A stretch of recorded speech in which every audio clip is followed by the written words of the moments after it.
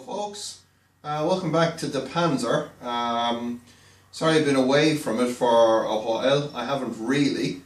I've been mainly collecting parts for the NCT repairs, and we have a series of videos coming out soon detailing all of that. But in the meantime, I thought we would have a look at some more EV related parts, and I have myself a shiny, not so new, not so shiny actually, Brusa NLG 513 charger that I'm going to try to get powered up here on the bench today, and we'll see if we can use this in the Panzer project.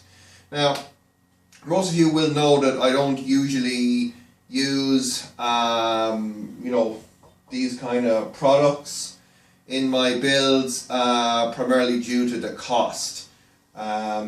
These things new when you could get them. I remember watching videos, people doing builds a couple years ago. These things were just, they were, I kind of pay more for an entire build than somebody would pay just for a charger like this. But recently, there's been some of these become available at absolutely bargain prices. And I've picked up one here, complete with connectors, bits of chopped loom, and pretty much everything I need to connect this thing up to the car. So I kind of took a chance on it. As I say, ridiculously cheap. And we're going to have a go this evening here at communicating from this charger to what's called the ChargeStar software that I have installed on my workshop PC here. So, okay, I'm going to go ahead and walk you guys through what we're going to need to do for that.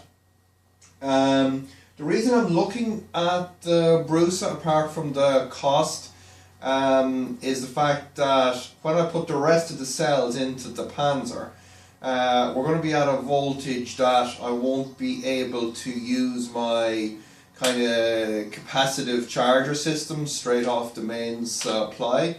So rather than go to the plan that I had, which was to split the pack in two and parallel them and charge it as a kind of a half parallel battery, when this thing became available, I thought to myself, why the hell not? And if this works out, I might be able to get a couple more of them for some serious high power charging. So, right, that's enough of me blabbing away. Let's get to it. Okay, welcome to my rather old-fashioned desktop PC here that I use for workshop purposes. This is I would imagine a late 90s HP desktop setup that I picked up from a local free ads paper there a couple months ago for the princely sum of €20. And the sole requirement that I had on it was that it had a serial port, and I needed this for doing diagnostics work on the Panzer. And as it turns out, it's going to be rather important here, because the software that we're going to use to communicate with the Brusa charger communicates over RS232 serial, but only runs on, I think, Windows 98 to XP. And this thing here fortunately has quite an old version of Windows XP on it, and the software installed great. So up on the screen here, I have a pinout from the Brusa manual.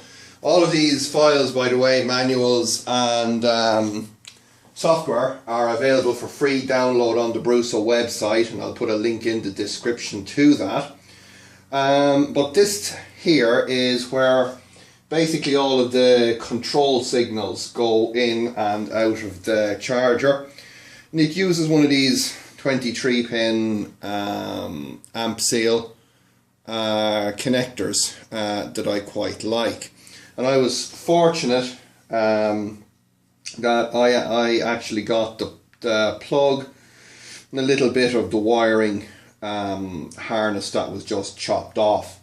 So the pins that they have populated here on this, these blue and white wires are CAN bus. I would imagine for the proverbial BMS control of the charger. There's a ground wire and there's some I think programmable user I/O there on the two red wires. But the wires that we're interested in are the serial communication, which if I scroll down a little bit, pin 11 is transmit, pin 12 is receive, I think there's a ground here, yeah, 14. So 11, 12 and 14 are the pins that we need to use. So what I'm going to do is I have made up a little tail here. I'll bring you guys over here.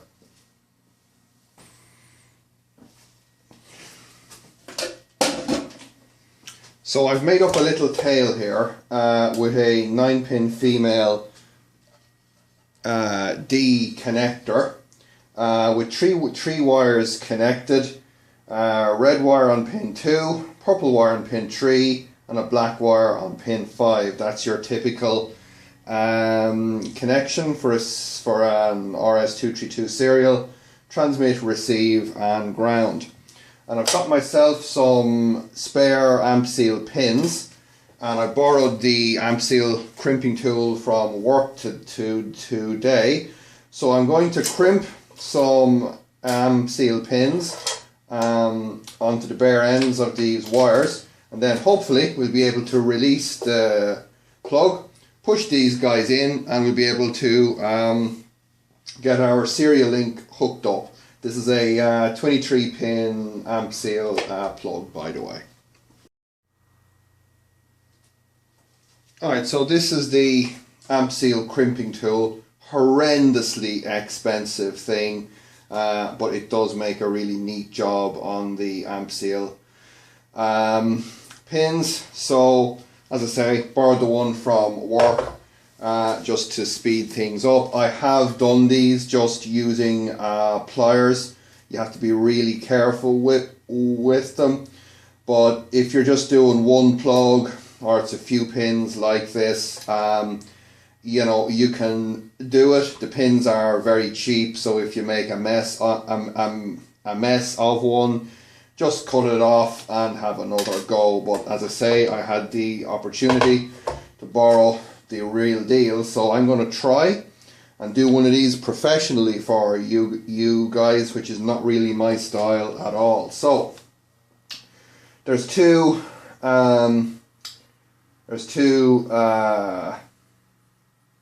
crimping dies here. One is for 16 AWG and one is for 18 to 20 AWG. So we're going to go for the 18 to 20 one. And what you do is, there's a little catch in here. I'll try and film this. I don't know if it's going to work out, but I'll try. There's a little catch in there where you kind of locate the pin. And then you just kind of, I usually put 2 clicks on it.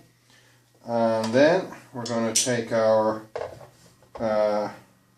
piece of wire. I'm going to double that over because strictly speaking this wire is too thin for the pin. I'm going to shove it in till it hits the back of the tool, the little black bar in there, and then I'm going to crimp it down. And there we go. I have to say, for the money, it would really want to make a nice crimp. Alright, let's get the rest of these guys done, and then we will see if we can insert them successfully into that plug. Alright, so I went ahead and crimped up the rest of these pins, so they're all on there nicely now. And what I'm going to try and do is to show you guys how to release these amp seal plugs without causing damage. Now there are tools available for this, but of course, me being me, I don't have them. So what you will see, if we get up close and personal with this thing, focus, focus, focus, there we go. You'll see there's a little black tab that comes up between the red catch there. And what we need to do is to focus the phone, focus the camera, focus the phone. One or the other anyway. Come on guys. There we go. We need to release that. I'm not going to spend the night trying to make it focus, but there you go. Now you can see it. You see there's the two black tabs coming up. So what we want to do is to very gently lever that tab back so that the red part here can actually click up towards the camera. So I'm going to try and do that here. What I do is you have to be really careful with this. Most people just put a screwdriver in and just go quick and it just breaks off. So what you want to do is I tend to grab it like so and push up on the red part and then just go in there and just barely move the black guy until you feel the red part will click up like so. Same again here. I hope this is coming out now. You just ease that, there it goes, and you're up. And then you can just click up the amp seal and you're ready to insert fresh pins, because these plugs are quite expensive. So alright, according to our diagram here, the ground, which is pin 5 on our D sub, which is the black wire, we have to put into pin 14 on the amp seal. So black, pin 14. So 1, 2, 3, 4, 5, 6, 7, 8 across the top. 9, 10, 11, 12, 13, 14. I'm just going to double check that. So 1 to 8 across the top. 9, 10, 11, 12, 13, and 14. And that's pin 14. I'm going to shove that in. Now with these you have to really shove them far in. There's a kind of a double click action. Okay, so that one's in there.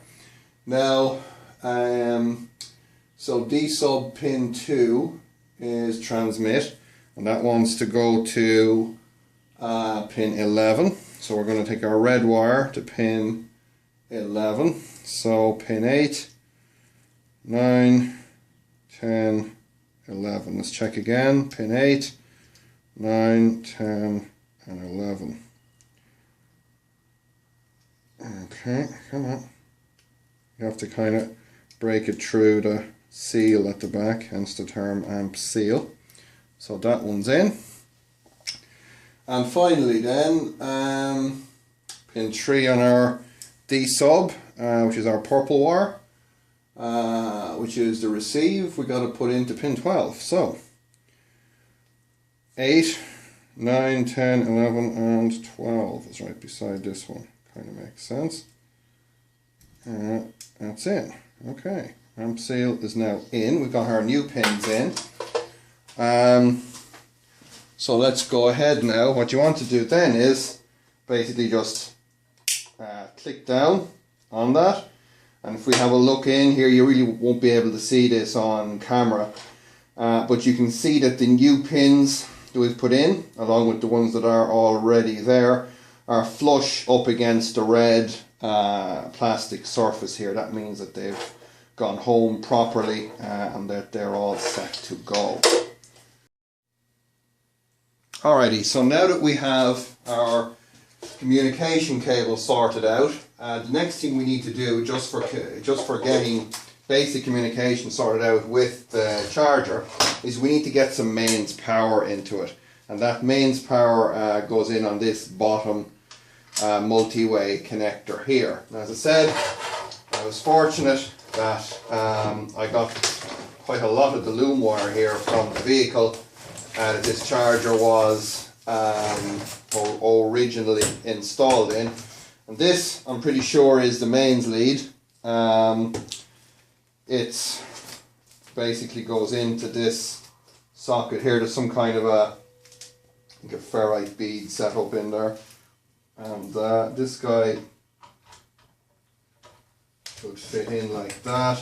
It goes home, and then this catch goes down over it to keep it in there. And there's some kind of a 3-pin multi-way connector on this that had been used in the previous application. So I'm just going to chop this off, and I'm just going to go ahead and get a test lead rigged up to this thing. Yeah, that's some 2.5 flex. So I'm going to go ahead, strip this back, get some mains power onto the charger, and see if we can communicate with it. Okay, so here on the Brusa, I've plugged the AMP-seal plug back in, connected up my serial port. I rigged up a quick lead here, just with a bit of connector block, just with a bit of flex, just so I can put mains power to the charger. That wouldn't be sufficiently tough flex for actually charging, but because we're just running power to the charger, I think that should be fine. I've got the computer turned on, and I'm just going to throw the switch and see if we can get power to the charger. Okay, got some lights on, which is a good sign. I've got a mains power orange light and a red warning light. So yay, that's got to be a start.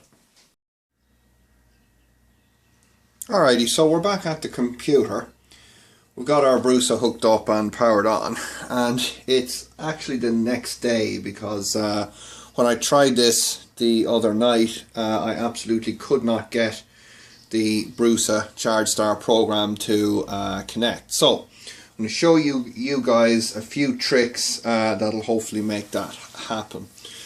So if you just open up the program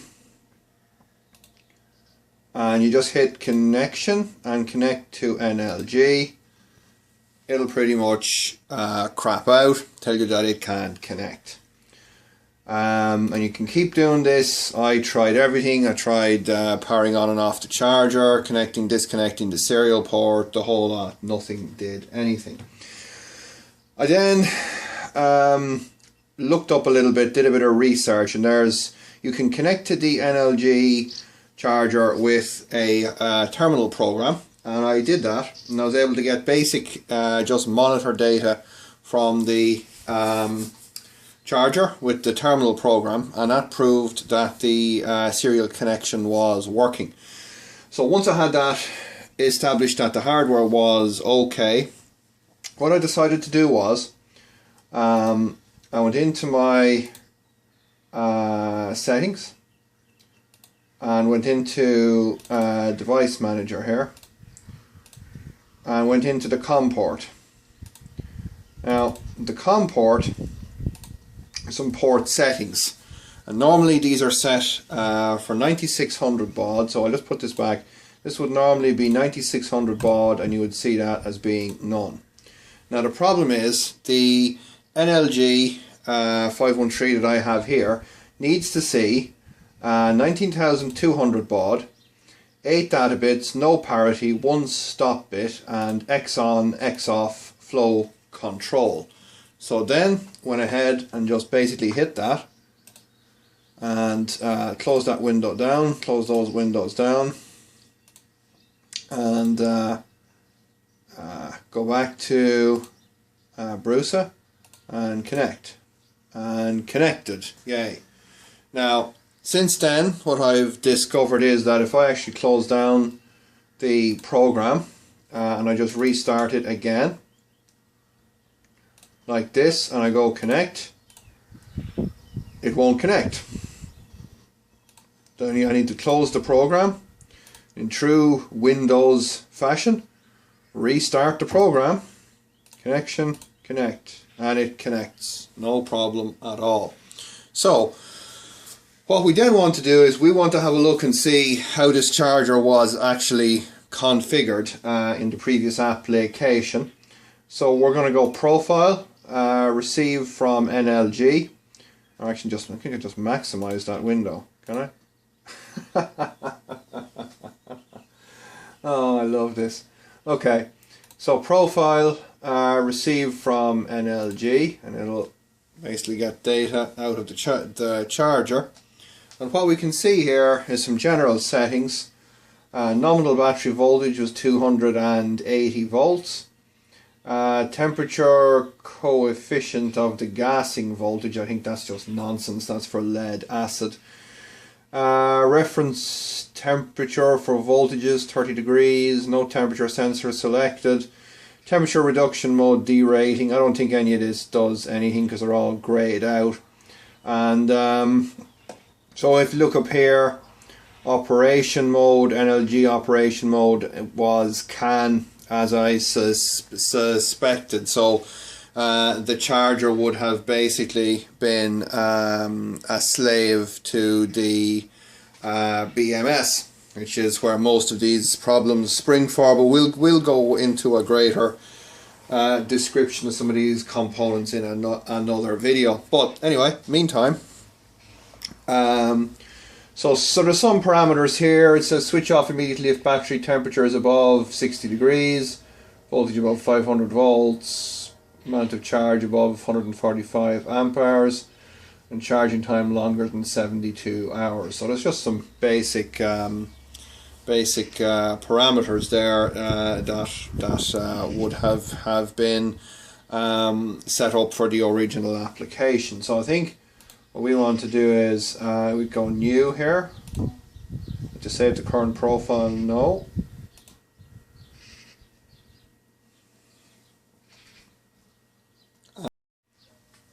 Alright, so let's put in some quick parameters here. So we're going to be using the 96 cell full battery, and at 4.1 volts per cell, which is what we want to charge to, that equates to 393 volts. I'm just going to type that in there. Temperature coefficient of the gassing battery, I'm going to leave just as it is. Reference temperature for voltage, I'm going to say is whatever that is. I'm going to turn off these active.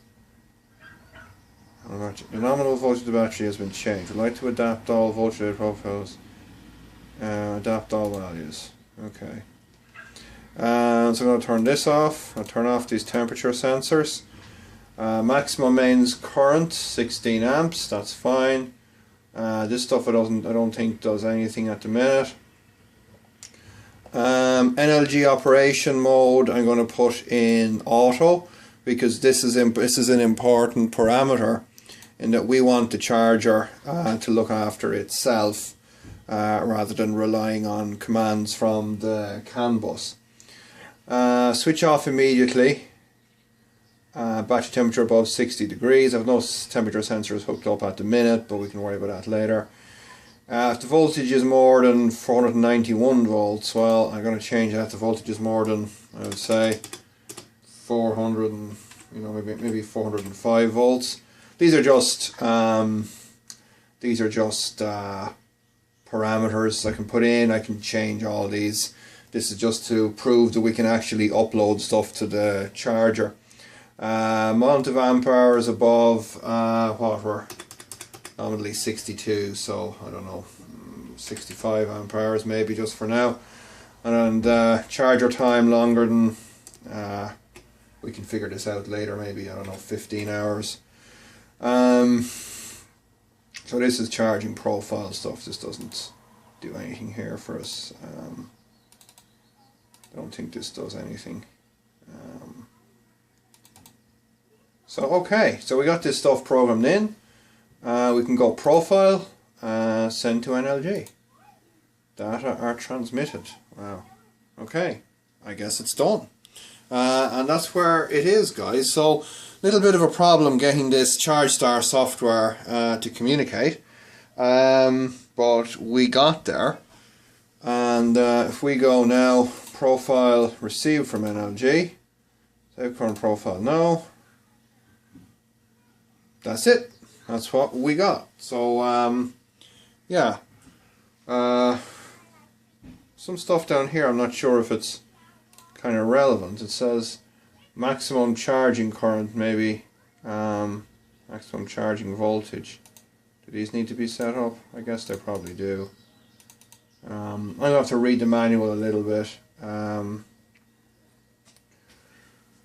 Proceed to the next temperature above so many degrees. Oh, these are profiles, okay. So we will have to program these, I understand now.